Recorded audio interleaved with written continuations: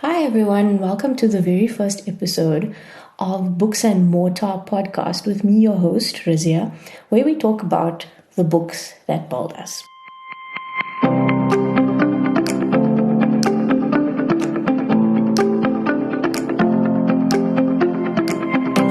Because stories that we take in throughout our lives really do build us as people. They leave a little something behind, whether we realize it or not, and that definitely shapes us as people. So this is a space that I've wanted to create for a little while to talk about books that I've read, books that I am reading, and just a general love for books, literature, and anything bookish, really. So the first book that I want to talk about is The List of Suspicious Things by Jennie Godfrey. So this is actually her first published novel, and wow, I imagine that it is everything that an author would want their book to be. It really was a fantastic read. So I'm just going to read the synopsis for you on the back of the book. So this is how it goes. Maggie Thatcher is Prime Minister, drainpipe jeans are in, and Miv is convinced that her dad wants to move their family down south because of the murders. Leaving Yorkshire and her best friend Sharon simply isn't an option, no matter the dangers lurking around their way, or the strangeness at home that started the day Miv's mum stopped talking. Perhaps if she could solve the case of the disappearing women, they could stay after all?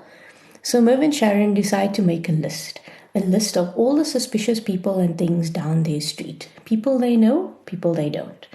But their search for the truth reveals more secrets in their neighbourhood, within their families, and between each other than they ever thought possible. What if the real mystery Miv needs to solve is the one that lies much closer to home? So Jennie Godfrey was actually born and raised in West Yorkshire in the 1970s. She says that this book is a love letter to Yorkshire, and it really reads like one. She's dedicated this book to the victims of the Yorkshire Ripper, a man named Peter Sutcliffe, who her dad actually knew personally. But obviously he didn't know that he was a serial killer. But obviously that added to the horror because it brought it so close to home, that a serial killer could actually be somebody that you know and that you see every day, and you never think that of them. So there's a lot of Yorkshire isms, if I can say that, in this book. Jennie Godfrey uses a lot of slang that I imagine was predominant at the time, and it makes very interesting reading. I really enjoy books like that have a lot of jargon in it, especially the Yorkshire and the British. I just find it quite interesting. So the book is probably aimed at a British audience, and probably even more so Yorkshire audiences who grew up there in the 1970s, right? As there's the definite air of nostalgia for simpler times while you're reading the book. And even I felt this, and I didn't grow up in Yorkshire in the 1970s. I grew up in South Africa in the 1990s. But even I could feel the vibe and the atmosphere. She really manages to create something there. So this podcast does have some spoilers. I don't think that I could really talk about the book at the level that I would like to without there being some spoilers. But there was one major event that I did try and just not sort of spoil for you, but there are then minor spoilers throughout the book, right? Throughout the podcast. So the book follows 12-year-old Mavis, or Miv, as she's affectionately known by everyone, who lives in Yorkshire. She lives with her dad, her mum, who's going through a period of severe depression, and also her auntie Jean, who stepped in to fill the gap when her mum sort of closed in on herself. So Miv has a bit of a difficult time of things at home. She always describes her home as being silent, and she goes out often, I think, just to escape the quiet. So her auntie Jean is actually a really great character. She's very upright, she's very opinionated, and she's super disapproving about everything and everyone. So Mo says that it's amazing how just a slight shift in Auntie Jean's posture can register her disapproval of something. So the Yorkshire Ripper appears during this time in Miv's life, and naturally Yorkshire is terrified and obsessed with him. The Ripper was initially targeting prostitutes or sex workers, which many people felt was terrible, but they were sex workers, so is it really so bad? Then he started targeting innocent girls, and then everyone was horrified. So just to give you like a little excerpt. So it goes, this is from Miv's point of view. So it's like, that's what Yorkshire's famous for now. Dead girls. Oh, and not just dead girls, those types of women. So this seems to actually have been a prevailing opinion at the time. At the beginning of the book, the news reports on another victim, 20-year-old Josephine Whittaker, who was actually different to previous victims because she was not actually a sex worker. So the book uses the word prostitute, which obviously has then very specific connotations attached to it. The more like PC term is sex worker. So again, from Miv's perspective, I had felt her death like she was someone I knew. Perhaps this was because of her age. She was young enough to still be called a girl by the men on television, and not so many years older than me. Perhaps it was because of the way she was described, with words like innocent and respectable. She wasn't one of those types of women, as Auntie Jean had called them. So Jennie Godfrey does this a lot throughout the book. There are lots of very heavy themes in here, but she handles them with a lot of care and subtlety. She often just like sort of presents a situation to you, and then she leaves it up to you as the reader to decide on the morality of it.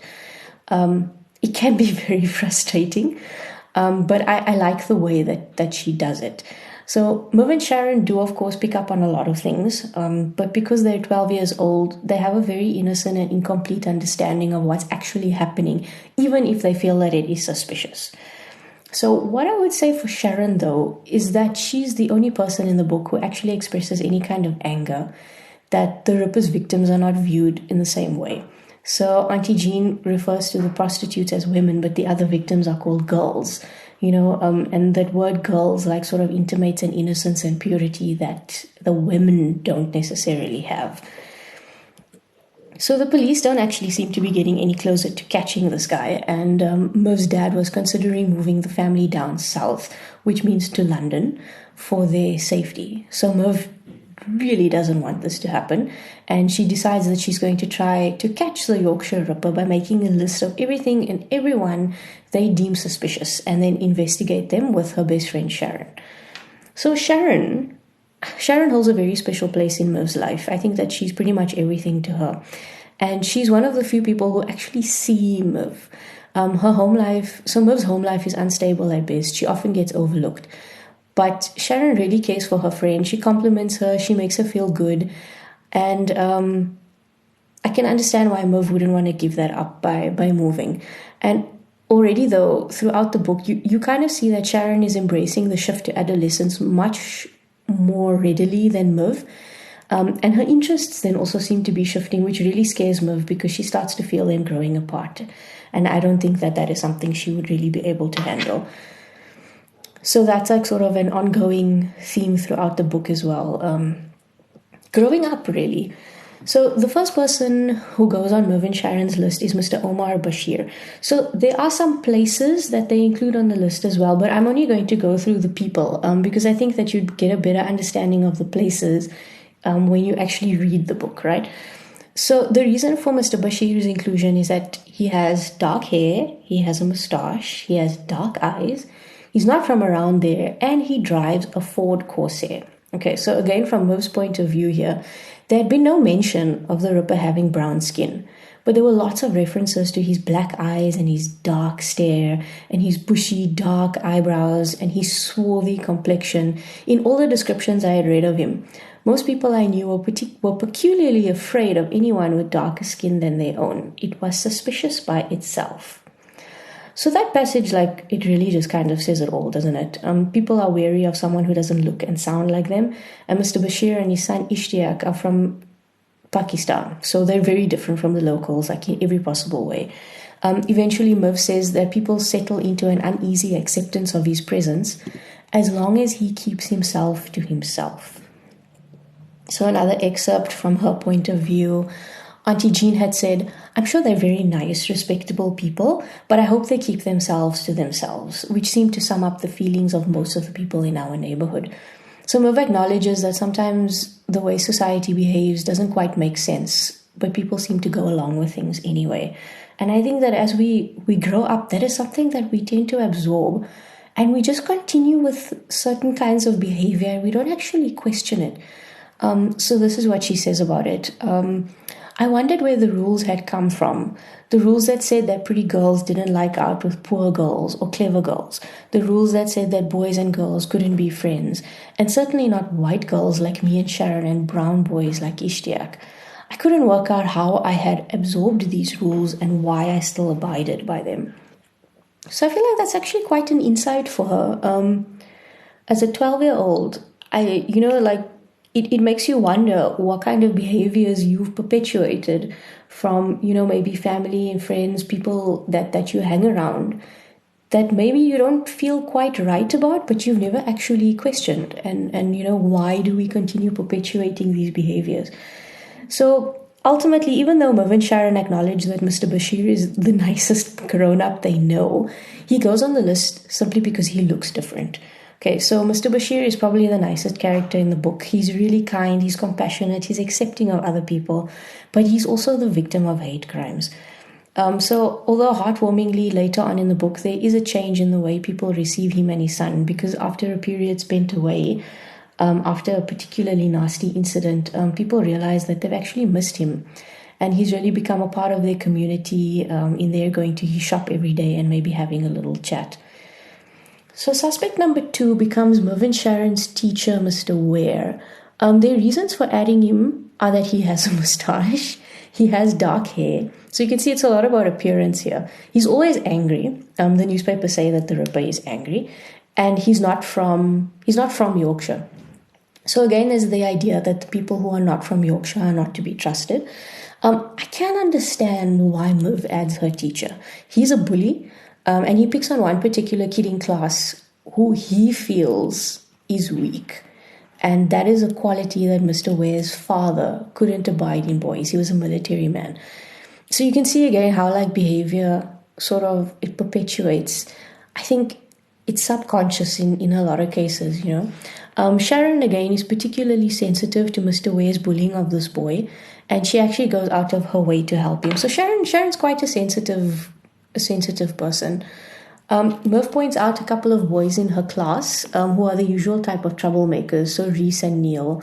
So, the ones who always sit at the back of the class and make a noise and are disruptive. The development of these two boys, though, it turns them into something much more sinister. They become hard. So Merv becomes aware that they are capable of extreme violence, especially when there's an incident at the swimming pool that almost results in one of their classmates dying. So Reese and Neil, eventually they shave their heads and they start wearing these green jackets and boots that Miv says looks like a kind of military uniform. And then she says that she's actually quite scared of them, a feeling that intensifies after she has a somewhat violent encounter with Reese. And that is also quite interesting because these boys are displaying very right-wing tendencies, and you wonder that at this point in their lives, what kind of intervention can you make to change that mindset? Because, the way they're going, you figure, these kids are probably going to end up in jail at some point. And it's likely true. But how do you get them off that path, at this point? So the next person Miv and Sharon add to their list is the lorry driver. So he's a man named Jim Jameson. So this actually comes about because there was a tape released by the police, supposedly from the Ripper himself. And the voice on the tape had a Geordie accent, which comes from the Tyneside or the Newcastle area in the northeast of England, while Yorkshire is in the north. So this man, Jim, has this particular Geordie accent, which makes him a suspect. So the police come in and they question him, and this guy actually works with Miv's dad.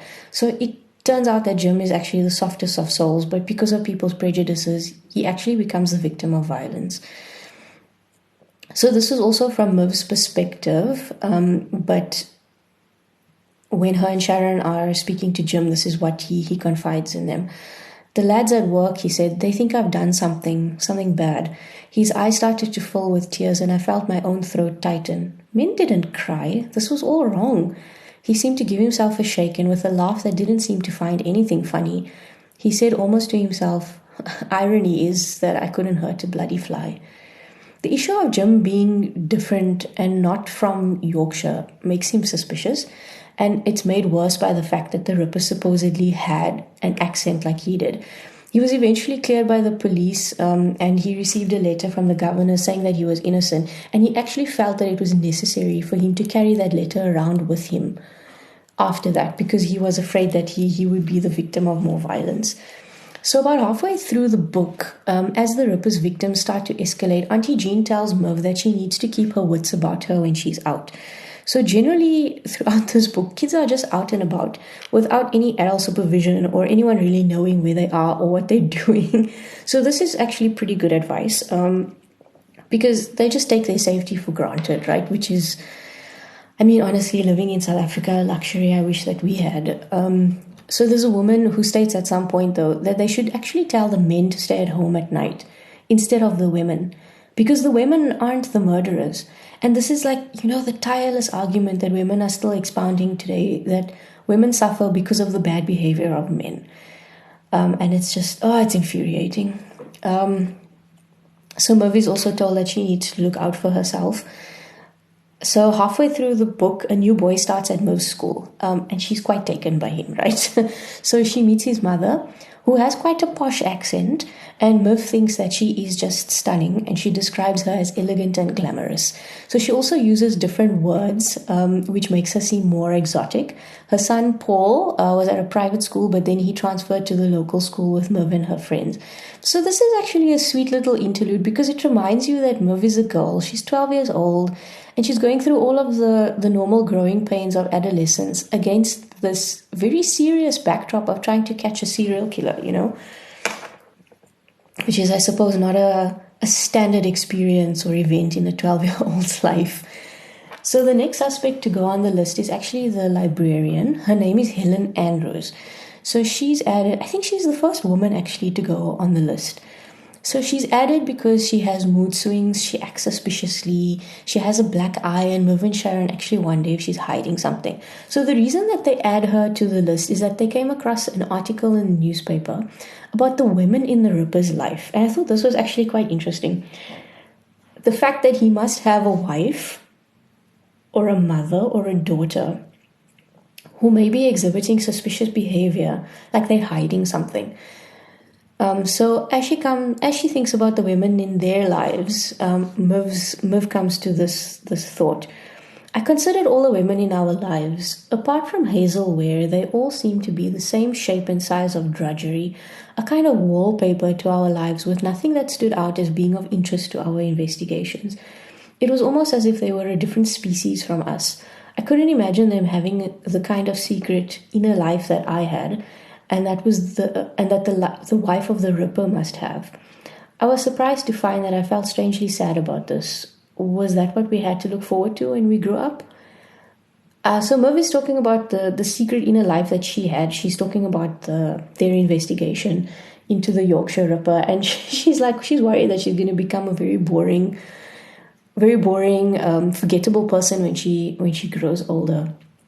And that was quite interesting, because we look to the older women in our lives to kind of see what could your future possibly hold.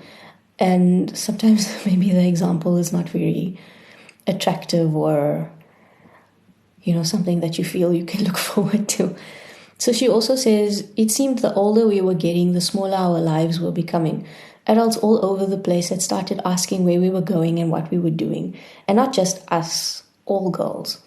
So I really liked that little passage, but it also made me sad.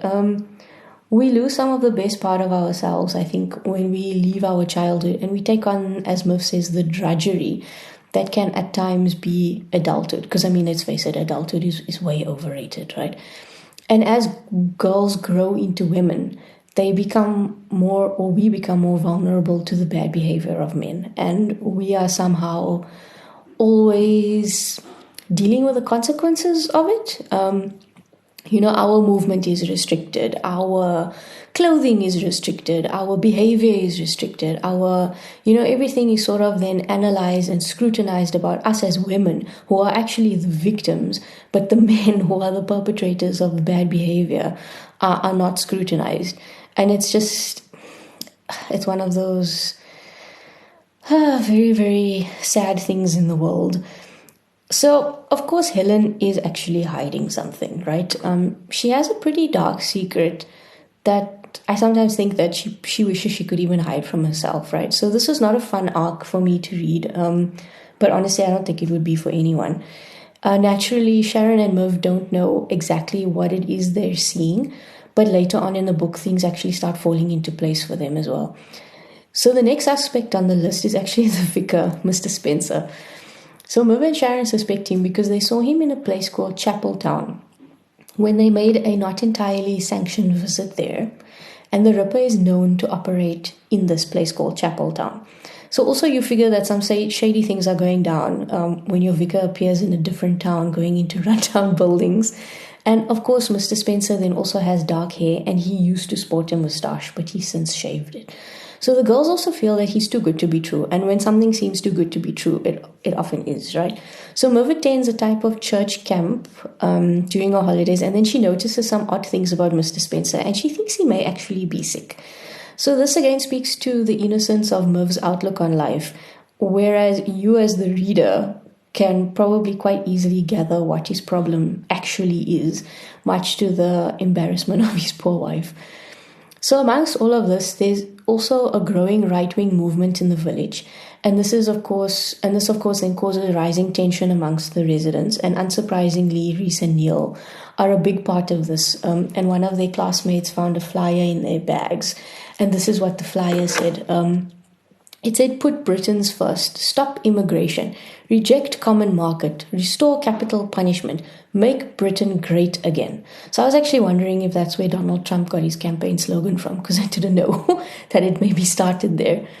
So the next aspect on the list, Miv and Sharon refer to as the man in the overalls, because they don't know what his name is. So he never makes eye contact, he's weird, he looks dirty and smelly, he has no friends, apart actually from Neil and Reese, who are not very nice, and he's always watching the shop. That's Mr. Bashir's shop. They also suspect him of causing an incident at the shop. Again, there's the idea that he's different from them, and so he is naturally a suspicious person. Miv and Sharon try their best to investigate him a bit more, mostly through his mum. And when Miv thinks she's onto something, tragedy strikes, and Miv wonders if she's ultimately responsible. Even worse, it actually brings up some memories of an incident with her mum. And even worse, I think, is that Sharon seems to feel that she does actually bear some of the blame, and she starts distancing herself from Miv. So Miv is pretty much alone with the investigation now, which she is still continuing because of her fear of moving away, in spite of her feeling distant from Sharon. So the next suspect who goes on the list is not necessarily a suspect for the Ripper, but just a bad man in their town who makes little girls feel uncomfortable, and his name is Uncle Raymond. I think it was maybe a hallmark of the time, but they're not necessarily, but when the girls complained to their mothers that Uncle Raymond tickled them and they didn't like it, they were told that they were being too soft. The girls all knew that they should never find themselves alone in a room with him, though. Miv asks her Aunt Jean and her dad about him, but they also actually just brush it off. So Miv then comes up with the plan to do something. And this is to have one of the younger girls end up alone with him to see what he would do, which honestly I thought was just the worst idea ever, because so many things could go wrong there, It didn't work out, thank heavens. Uncle Raymond left before they could actually execute their plan. But later they found out that he hurt one of the younger girls. It's at this point then that Auntie Jean comes to ask Miv if Uncle Raymond ever hurt her, which actually made Miv feel like she mattered to somebody, which I felt was so sad because she really just wants to be seen. She wants to be loved. She wants to feel that she gets some attention, from the people in her home.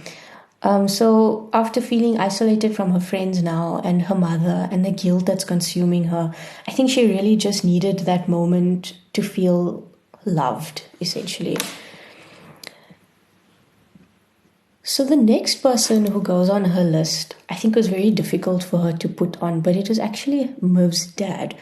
So she comes to know that he has a secret. He keeps disappearing, and she's pretty sure that it's not to the pub. He's been questioned by the police, and Miv wonders if he is hiding in plain sight. So this is a concept that comes up a lot in the book, and And it's an interesting notion that you never really know a person or know what's going on in their lives. You could see them every day and they could seem perfectly normal to you, but they could actually also be hiding something. And Miv is now terrified that it's her father who's hiding something. So everything she sees now makes her wonder if he's the Ripper, which must feel really terrible. So one night she decides to follow him to see where he's going, and by the end of the evening, she doesn't feel like she knows her dad at all anymore.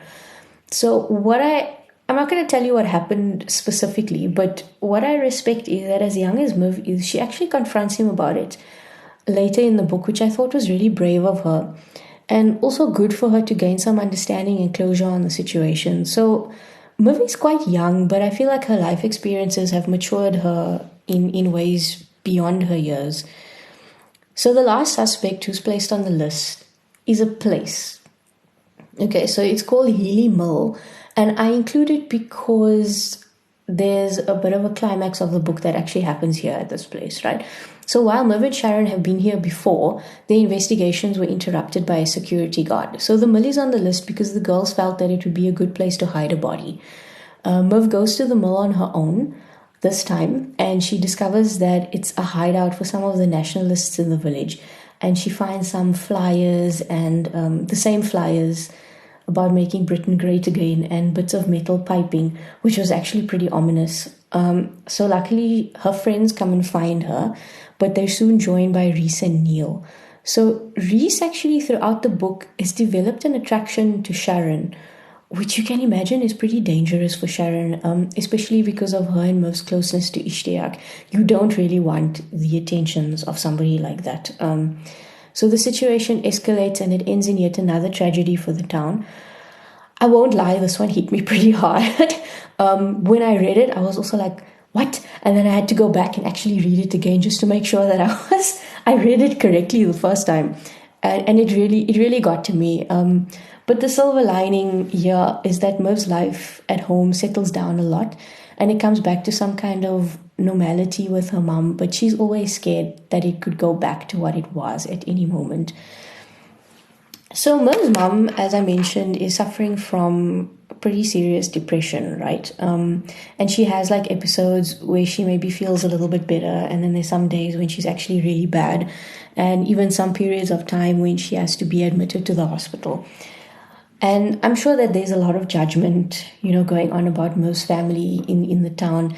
But there was something that Sharon's mother, Ruby, said that really stuck with me. And this was actually a very nice way to describe, a mental health issue. So she said this about Miv's mum.